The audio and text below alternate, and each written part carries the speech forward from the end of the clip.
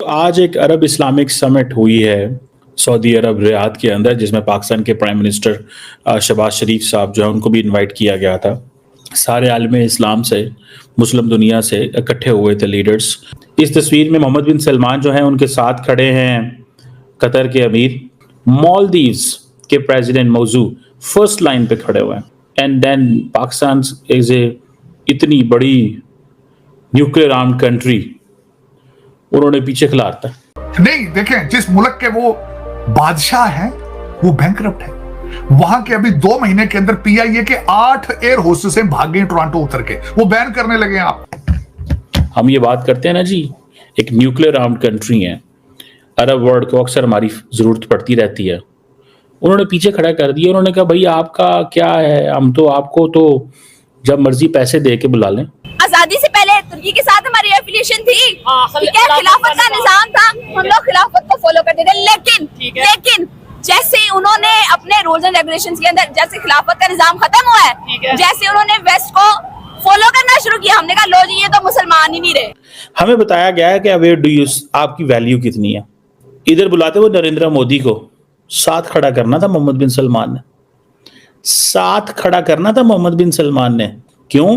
क्योंकि उनको पता है कि नरेंद्र मोदी की मार्केट। एक अरब इस्लामिक समिट हुई है सऊदी अरब रियाद के अंदर, जिसमें पाकिस्तान के प्राइम मिनिस्टर शहबाज शरीफ साहब जो है उनको भी इनवाइट किया गया था।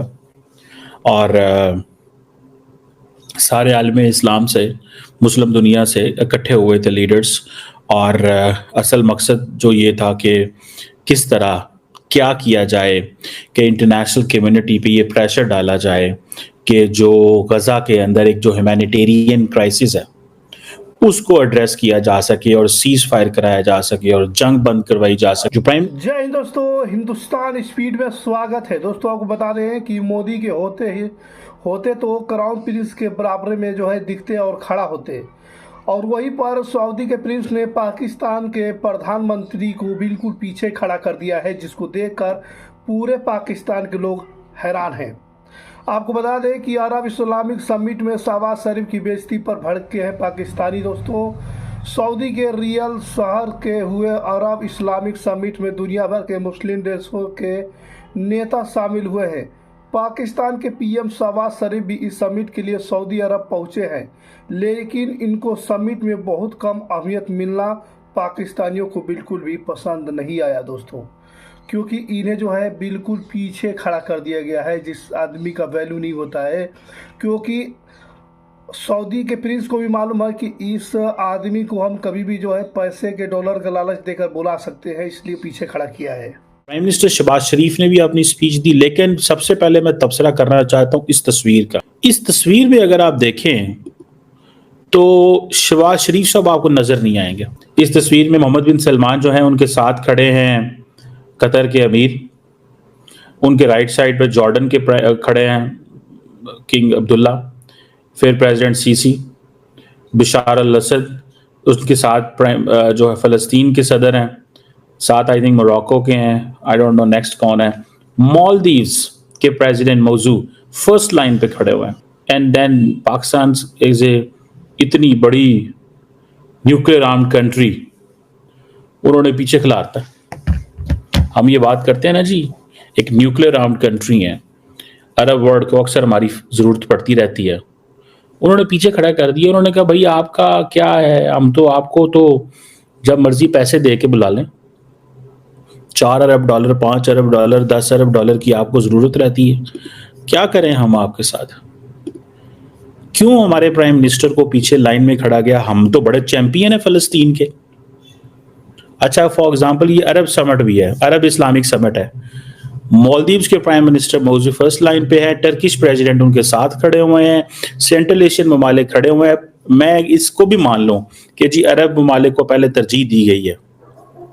तरजीह जो है ना वो ताकतवर को दी जाती है, अरब नॉन अरब को नहीं दी जाती।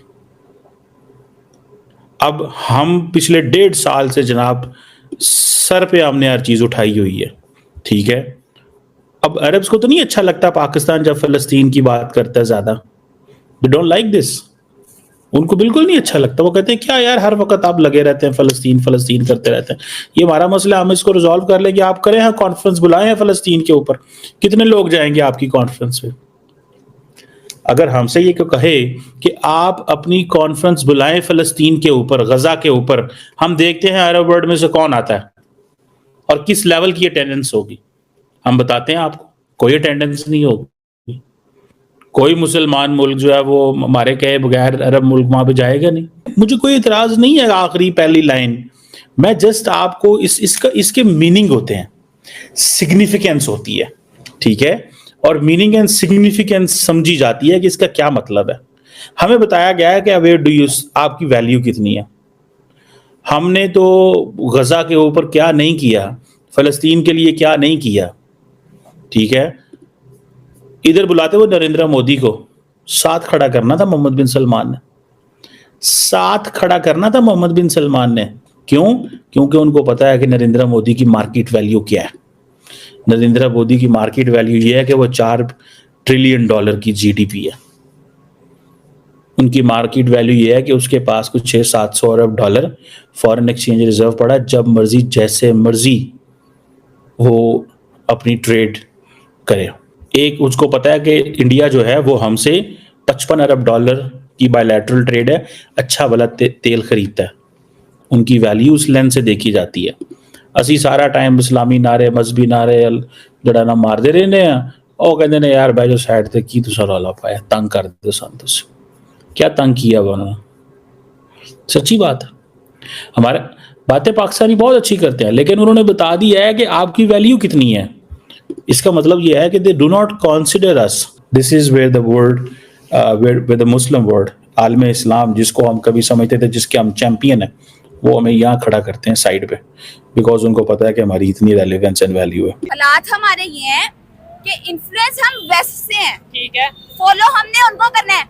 मुंह पे हम कहते हैं वो हमारे दुश्मन है, वो हमें कंट्रोल कर रहे लाइक भी हैं। उन्हें करते हैं। हम हर बंदा इतने डेस्परेट है, हम इतने डेस्परेट हैं ठीक है। कि जिसको हर दूसरे स्टूडेंट को पूछ लो किधर जाना है, वो UK कहेगा जाना यूरोप है। जाना। हाँ। देखिए ये बाउंड्री हमने क्यों बनाई है, ठीक है। पाकिस्तान हमने क्यों बनाया है कि इस्लामिक कंट्री। हम अपने रूल्स एंड रेगुलेशंस को बगैर किसी रिस्ट्रिक्शन के ठीक है। अप्लाई कर सकें, उनको इम्प्लीमेंट कर सकें। तो उनको यहाँ पे रह के करें ना। ठीक है। मरे हम इस कदर जा रहे होते हैं कि हमने इलीगल वे से बाहर जाना है, यूरोप जाना है, यूरोप जाना है, हमने अमेरिका जाना है, इलीगल तरीके से टंकियां मार मार के बाहर जा रहे हैं। लेकिन फिर क्या है, हमने उनके रूल्स एंड रेगुलेशंस को फॉलो नहीं करना। भाई ये सिर्फ पाकिस्तान के अंदर सिस्टम है। ठीक है। ये जो लाड है ना आपको कि आप आराम से लोगों को जो है वो चैलेंज कर दें या उसको आप इग्नोर कर दें, डिनाई कर दें, ये आपको यहाँ पे बड़ी हुई उन्होंने आती अपना चेक एंड बैलेंस या उनका सिक्योरिटी जो भी उनका सिस्टम है उसके ऊपर इम्प्लीमेंट करवाना है। अंबर जी बड़ी आपने अपने ख्याल से जो ओपिनियन दिया बेहतर दिया, लेकिन देखे ना पाकिस्तान जो मेजर इशू है जी, बुर्का या पर्दा करवाया जाता है इस वजह से कि भाई कोई हमारा नजर ना पड़ जाए किसी लड़की के ऊपर या इन चीजों के ऊपर,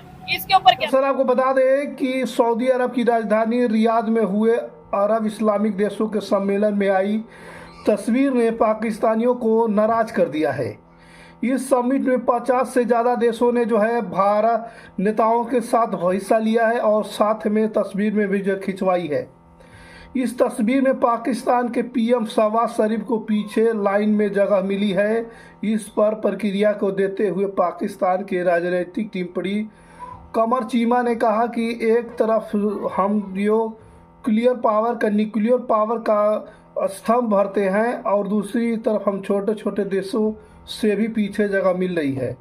ये पाकिस्तान की दुनिया भर में गिरती हैसियत को जो है दिखा रहा है। दोस्तों कमर चीमा ने अपने YouTube चैनल पर शेयर किया गया वीडियो में कहा कि हम एक तरफ फिलिस्तीन के चैंपियन बनते हैं तो दूसरी ओर इस्लामिक देशों की बड़ी बड़ी घोषणा और बड़ी फौज की ताकत बनते हैं। इससे सबके बावजूद हमें अरब इमारत मुस्लिम के देशों में बैठक में भी पहली लाइन में नहीं जगह मिल रही है। साफ ही कि अरब भी हमें कुछ नहीं समझ रहा है। दोस्तों उनको भी लगता है कि पाकिस्तान को कुछ फंड देकर मनाया जा सकता है, इनकी कोई भी वैल्यू नहीं है। दोस्तों आपको बता दें कि कमर चीमा ने आगे ये भी कहा कि नेता का पहली या दूसरी लाइन में खड़े होने के कुछ इशारे होते हैं, इसके लिए देश की कीमत क्या होती है इसका भी पता लगता है। दोस्तों सऊदी अरब के पाकिस्तान से अच्छे रिश्ते हैं, लेकिन ये सीधे सीधे सऊदी की ओर से पाकिस्तान को वैल्यू बताई गई है। अगर सऊदी ने मेज़बान के तौर पर इस समिट में भारत का न्योता दिया होता और इंडिया के नरेंद्र मोदी आए होते तो फिर सोचिए क्या होता। ये कमर सीमा कहना है दोस्तों।